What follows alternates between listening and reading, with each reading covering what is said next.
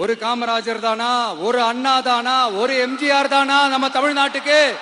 ஒவ்வொரு வீட்டுல இருக்கிற ஒவ்வொரு விஜயும் இருக்கிற வரைக்கும் என்ன மக்கள் கிட்ட பிரிக்கவே முடியாது. இப்படி இந்த சொந்த பந்தம் இவ்வளவு ஸ்ட்ராங்கா இருக்கிறதுனாலதான் நான் முன்னாடியே சொன்னேன், 234 தொகுதியிலும் இந்த விஜய் தான் வேட்பாளர் அப்படின்னு தான் அதை நான் செஞ்சிருக்கிறேன். ஏன்னா நம்மளுடைய வேட்பாளர்கள் யாரும் டாட்டாவோ பிர்லாவோ அம்பானியோ அதானியோ கிடையாது. நம்ம வீட்டுல இருக்கிறவர், நம்ம குடும்பத்துல இருக்கிற ஒருத்தரை தான் நான் வேட்பாளரா செலக்ட் பண்ணிருக்கிறேன். அப்படி செலக்ட் பண்ணி தான் உங்ககிட்ட நான் ஒப்படைச்சிருக்கிறேன்.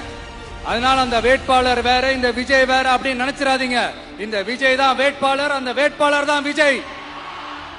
இத்தனை வருஷம் யார் யாருக்கோ ஓட்டு போட்டீங்க. ஆனா இந்த வருஷம் உங்க வீட்டுல இருக்கிற ஒருத்தருக்கு, உங்க வீட்டுல இருக்க நம்ம குடும்பத்தில் இருக்கிற ஒருத்தருக்கு நம்ம ஓட்டு போட போறோம்.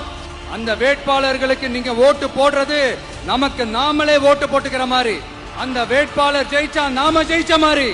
இப்படிப்பட்ட ஒரு எமோஷனலான ஒரு எலெக்ஷனை தமிழ்நாடு இல்ல, இந்தியாவே பார்த்திருக்காது. இது நீங்க எவ்ரி 5 இயர்ஸ் வர ஒரு எலெக்ஷன் மாதிரி இதை நினைச்சிடாதீங்க. இது வேற, இது ஒரு அதிசய எலெக்ஷன்.